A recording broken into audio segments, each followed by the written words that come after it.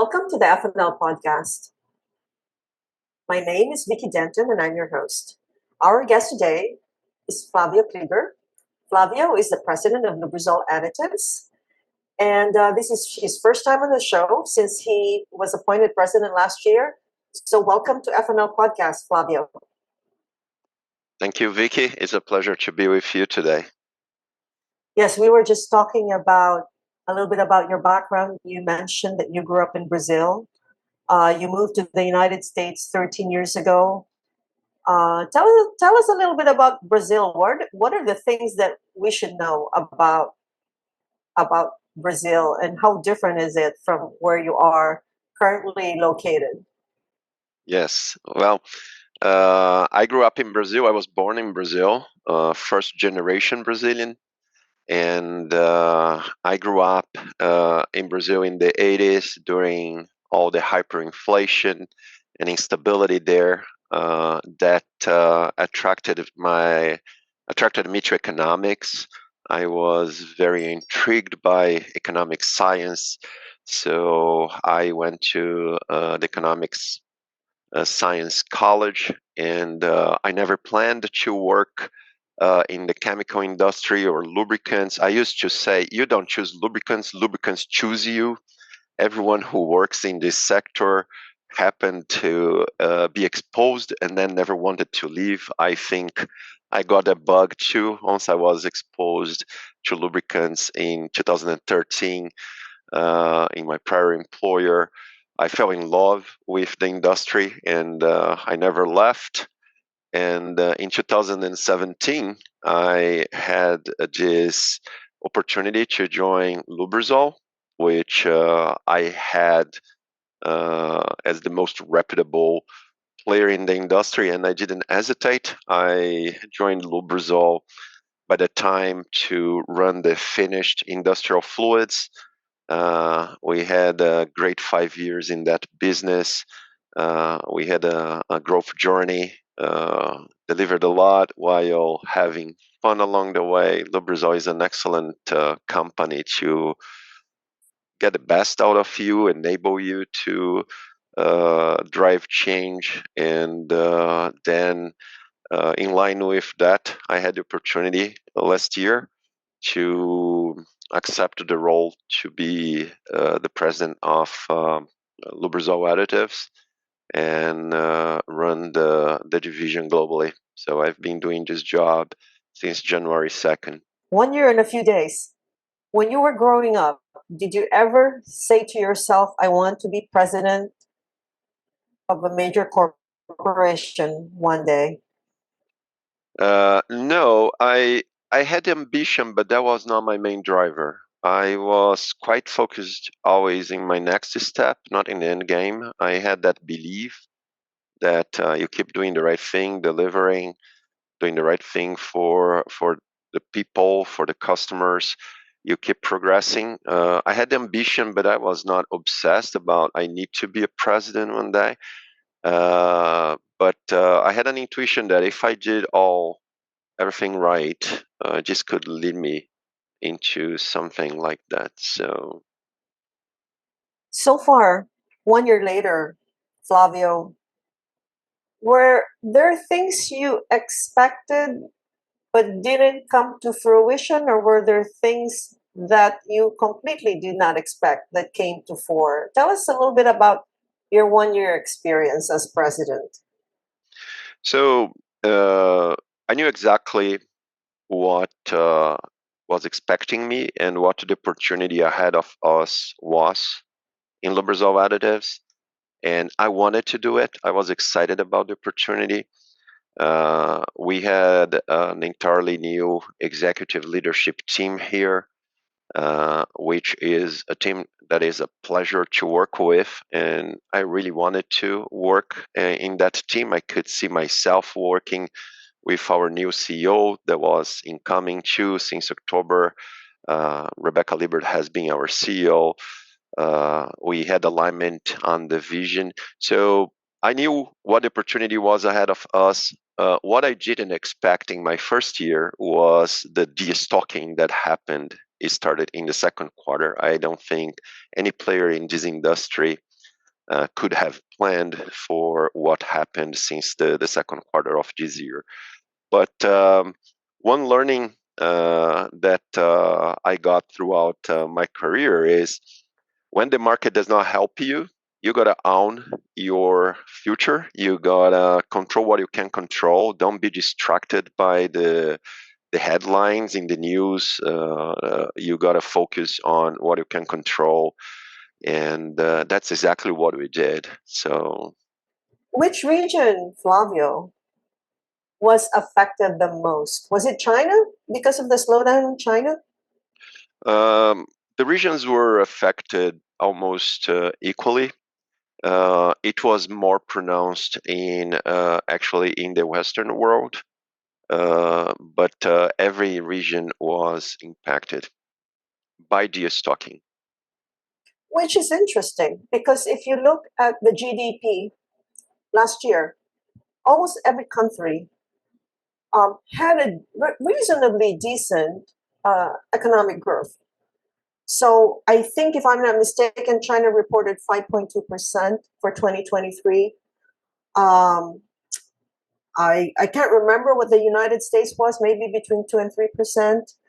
Um, I think Vietnam didn't do too bad. Of course, that's not a significant market really in Asia. It's really India, China that's driving the market.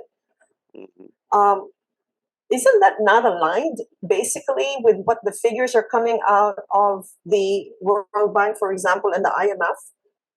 Yes, so the fundamentals of our industry remain very strong overall. So this is what made 2023 really interesting, is that the fundamentals were not eroded. The miles driven were increasing, and the demand at the end markets didn't decrease in most countries.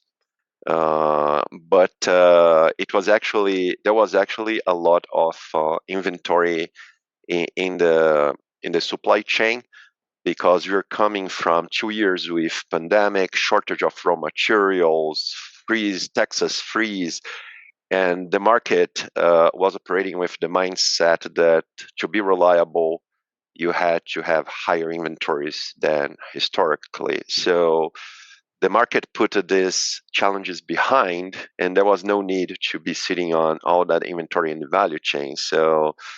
Uh, so the companies made the decision to sell out of inventory, and so that affected the demand upstream from the consumers all the way additives all the way upstream in the chemical industry. But the fundamentals of the market remained strong. Consumers were not driving less miles, buying less cars. Demand for cars was uh, from good to very good in some countries, because they were coming back from the chip shortage. So there was lots of backlogs still. So the fundamentals were very good. And in Asia, particularly India, China, Southeast Asia, the middle class kept growing and consuming at healthy levels. So it was more of an industry issue than a market fundamental issue. So Which is very interesting. Now, the same thing is happening again now with what's going on in the Suez Canal and the Panama Canal. What's going to happen now in the first quarter and the second quarter of 2024? yes, so Vicky, I wish I could predict, right?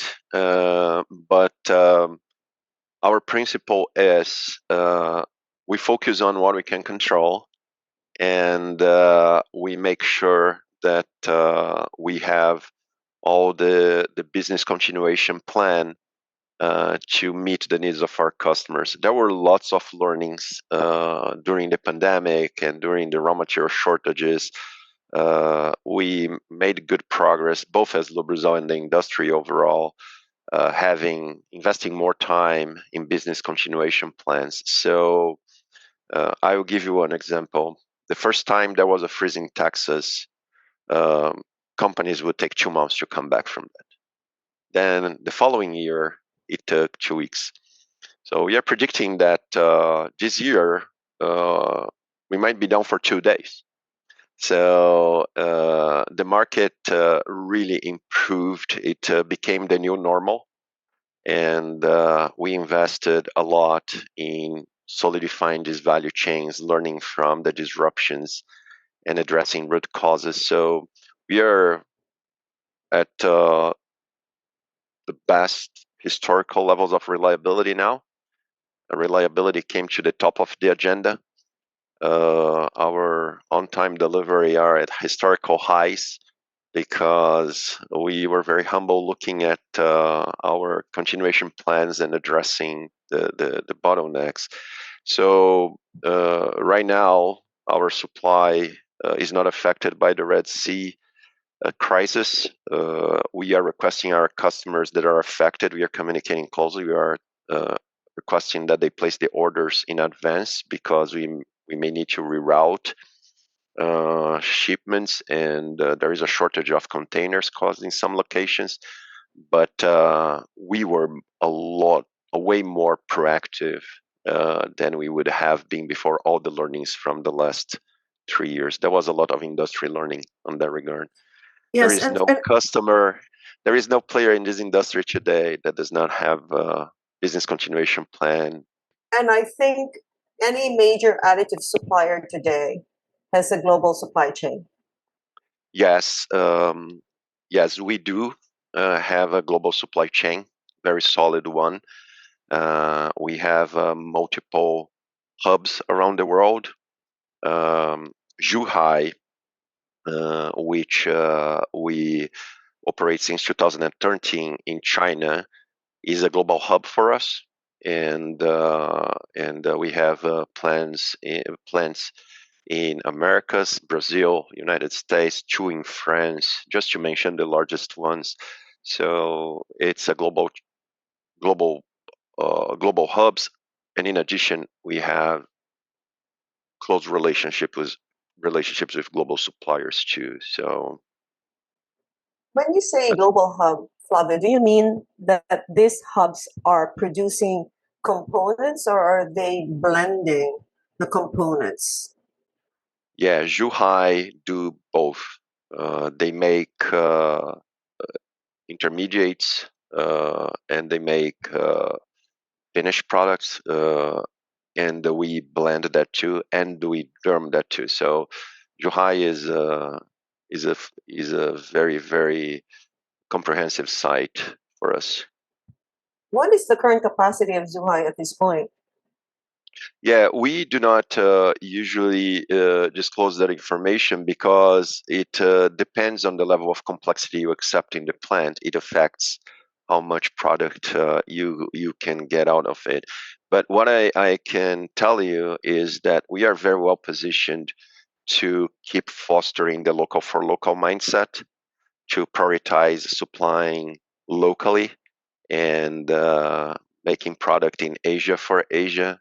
In so just being very high in our agenda to make our regions more self-sufficient. But what I mean by global hub is that Zhuhai has a comprehensive offer that can help mitigate shortages in other places of the world and vice versa. So Zhuhai can accept help from other plants and can provide help to other plants if needed. It's part of our reliability plan in our BCP. And that means that also Zhuhai in China can produce products that are top tier as well as medium tier and low tier. Is that right? Yes, we are prepared in Zhuhai to address the emerging needs. We believe the Asian market will move towards premium products. So we built that site with the present and the future in mind. So that site is ready to support our growth in the region, which is very ambitious for many years to come. So we made some recent investments there to produce dispersants locally. It's we are very proud of that site. They perform really well in all fronts: productivity, energy, emissions. Emissions is an outstanding performance in Zhuhai, and we are very proud of our presence and commitment to the region. And do you do local R&D now in China? Yeah, in the past, Lubrizol basically focused on, I guess, Hazelwood and also in Wycliffe. Um, how much technical, I would say, R&D work is done in China for China? Yes. No, we do a lot more than we used to do. We've been investing in talent and in equipment, and we made a move last year in terms of how we are organized. So we embraced a regional operating model to empower the the talent that's closer to the customers to listen and make local decisions. So part of our goal with that is to improve our ability and our speed uh, by being able to have Chinese talking to Chinese, Koreans talking to Koreans, Japanese talking to Japanese, and having how to develop local products without having to send samples across the globe and relying on knowledge that is somewhere else. So we are diversifying our base of knowledge and our lab strategy, and this has been getting us very good results, both with marketers but also with OEMs. So this is a strength of Lubrizol. We stay very close to OEMs. Uh, we, um, we are investing even further in OEM relationships, and we have a local OEM team in China too, and another in Japan, and so we are doing a lot locally. Self-sufficiency and Asia for Asia, China for China is high on our agenda.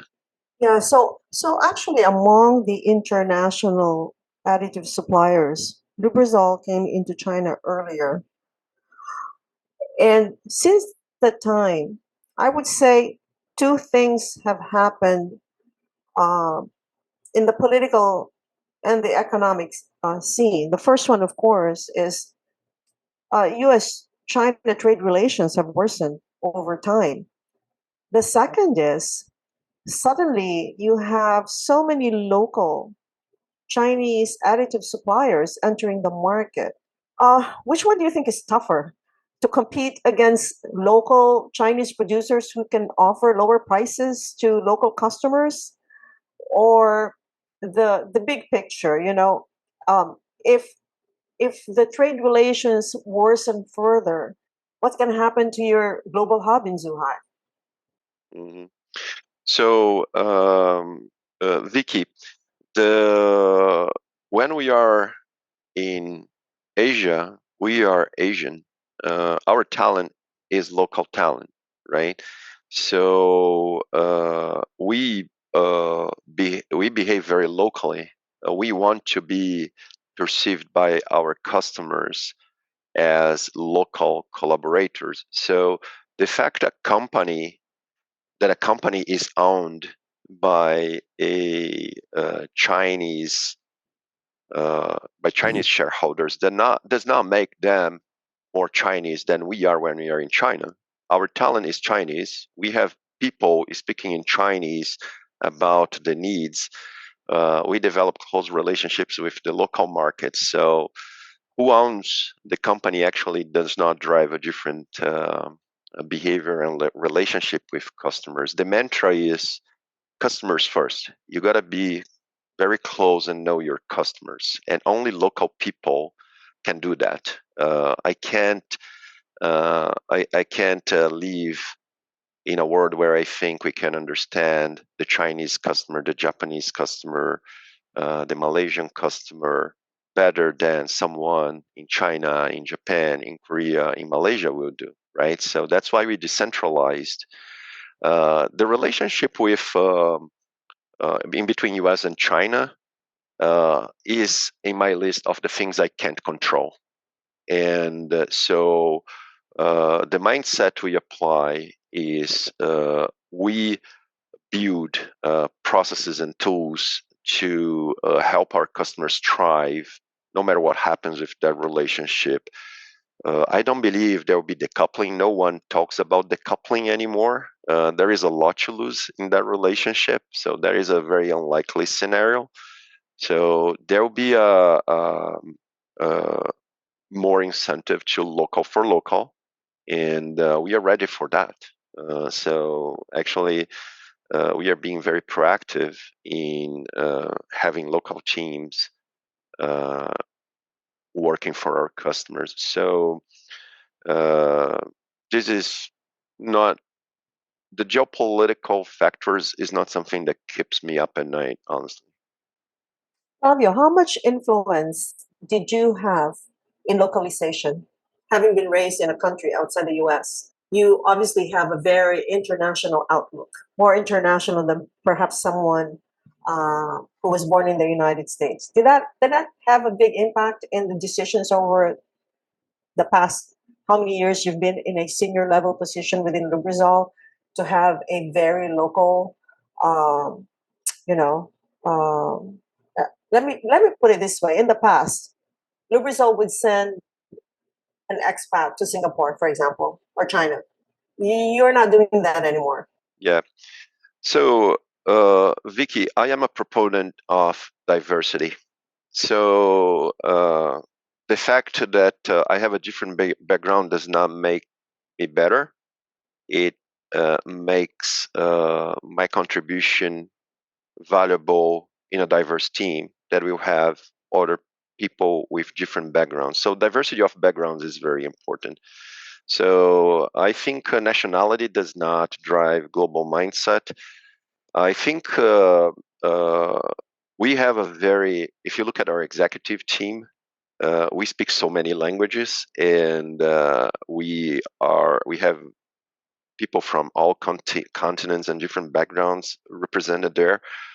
I think it's not where you're from. I think it's the how diverse we are that makes us a great team. So you're saying, Flavio, globalization is not yet dead, because that's what people said during the pandemic. That there's going to be less focus on globalization. Yeah. Because obviously what happened during the pandemic was probably exacerbated by the fact that we have completely globalized. And it made it more difficult for us to be able to operate under that economic order. Do you agree? So I think no one can stop globalization. I think when we look historically, what's happening right now will be a small dent in the speed of globalization. But in the end, the free market need nations to focus on what they do best, and different nations have different strengths. So that would definitely be a small dent. We are seeing some uh, some not very concerning step backs with some companies becoming more protective, but I would interpret that as a reversion of globalization. When we look when we step up, elevate, and look from a historical 50 years history, this might be a 5 years dent where the dialogue got compromised temporarily. But I don't see the situation evolving to a scenario where countries completely shut down their borders and impose unbearable taxes, because everyone loses. I mean, the countries can't afford that these days. There is not a scenario like this when the Western world win and the Eastern world lose. It's lose lose. Yes, I completely agree. How about IP though? That's always been a concern for additive companies. In fact, traditionally, additive companies have been very close mouth about their technology. Is that the same? Is that still true today? Well, we are technology driven. I think what makes lubricants so interesting, and some people do not realize, actually, most of the society who is not close to our industry do not realize, is we are a technology-driven industry. And so technology is very important. We are very protective of our technology. Our customers expect us to protect the technology, and it's a matter of meeting our customer needs. But the institutional scenario improved a lot in terms of how that is enforced. So this is becoming less and less of an issue. The institutions have gone into the right direction. Flavio, product carbon footprint and sustainability. How is it changing the additive landscape? Yeah, it's. Probably. Um I would probably not even use the verb change. It is transforming us. It's a very transformational era for us. But let me start with one thought. Um, the market never needed additives, the help from the additives industry more than now. Every challenge that we are facing for lubricants, we'll need to tap into the ability to understand very sophisticated needs by OEMs, translating that in testing protocols that are very complex too, and then formulating to meet those very complex requirements. So this, if we, instead of thinking product, we think of this as capability, these capabilities will face the highest demand ever going forward. So we are very well positioned. We know how to do that really well, and we are very well positioned to help support our customers to win in a market that is having its foundation shaken by technology change.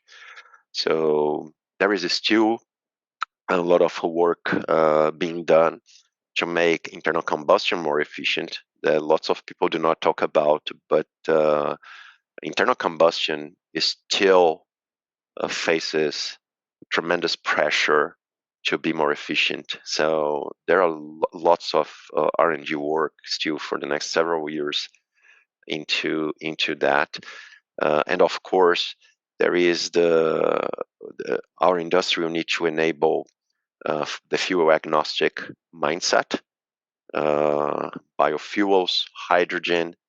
There are several needs in the electric vehicle space that are still there are still no technology answers for. So we work in very close partnership with the OEMs to understand what those needs are and help them succeed. So um, there are two approaches to when uh, the world around you is changing. One, you can look at that and think, oh, my cheese is moving. That's not our approach. Our approach is this is a tremendous opportunity for us to help our customers and society to address these challenges. We have the right capabilities at the right time. And So, Flavio, if Warren Buffett, who's the chairman of Berkshire Hathaway, the owner of Lubrizol, called you and asked you to go to Omaha, and he asked you which technology should we bet on, and obviously Berkshire Hathaway owns shares in a lot of companies, including Chevron and BYD, which is a Chinese EV maker. What technology would you recommend for him to bet on? Just one. so you mean technology in the fluids space or overarching? Because Lubrizol is Yes, more than fluids. in And our space.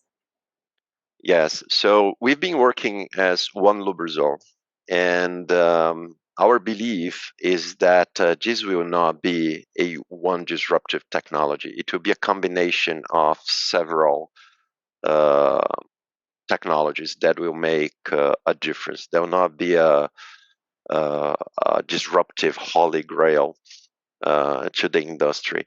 But I am excited about EVs as a transitory technology.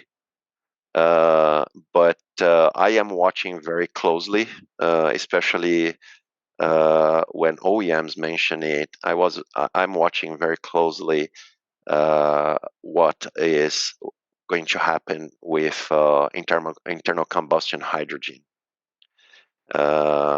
Another as an end game solution.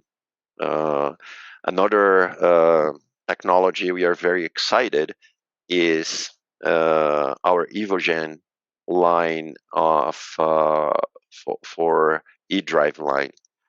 So we received a few awards to our copper wire testing because the technology is evolving very fast, and I believe we have a solution for that challenge that will fit the needs of the market really well. So you're Did I answer saying, your question, or you want to? I think basically you're saying there's no one solution or one technology that can respond to the market.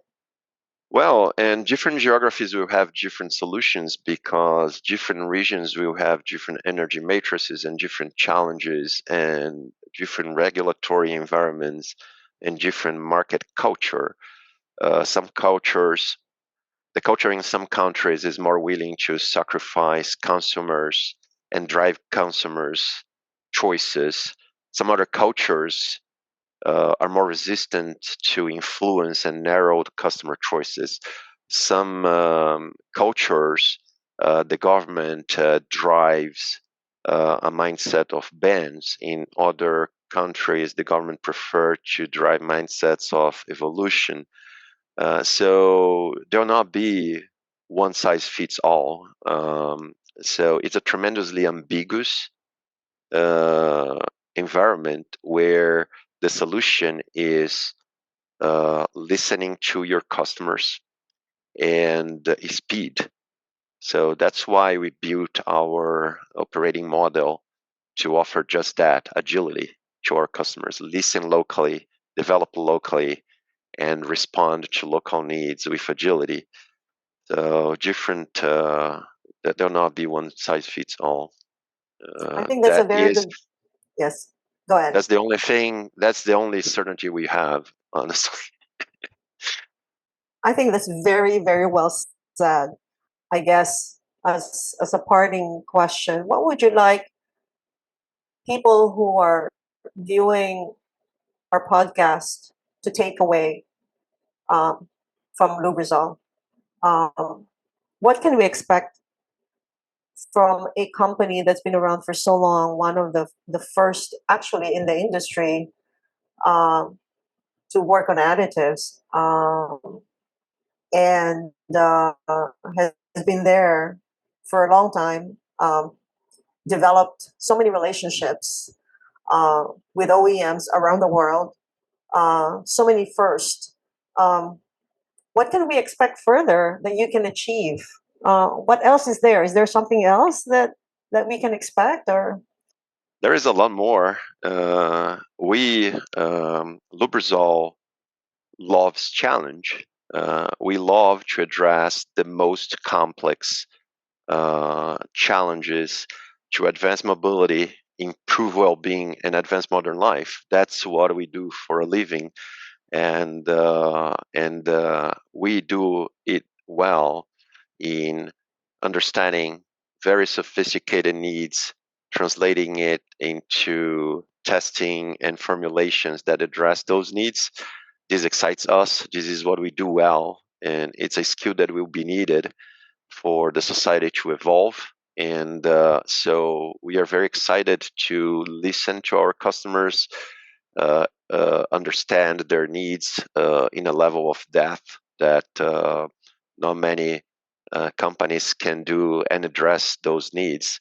So I would say the key word is listening, customers, speed, agility. that's what we want to offer customers to support them to win. Well, Flavio, thank you so much for your time. It's been a real pleasure. Very good learning experience for me. Thank you for your time, and hey, we hope to see you again one of these days at F+L Week. Yeah. Vicky, this was an honor to me. I feel if you learn anything, it's an honor for me because you're very knowledgeable of this market. But I'll tell you, if you really did, this is a payback because the first thing I did when I got my first job in lubricants was to run to the library. By that time, there were libraries, and get to the latest 12 issues of F+L and consume it voraciously to learn about the industry. And I'll tell you, it was very effective to get me to hit the ground running. So I learned a lot from what F+L has to offer too. And it's such an honor for me from one day being a learner and be able to share a little bit of what I learned from you and this industry. So it was really great, a tremendous pleasure. Well, thank you so much, Flavio. It's my pleasure. All right.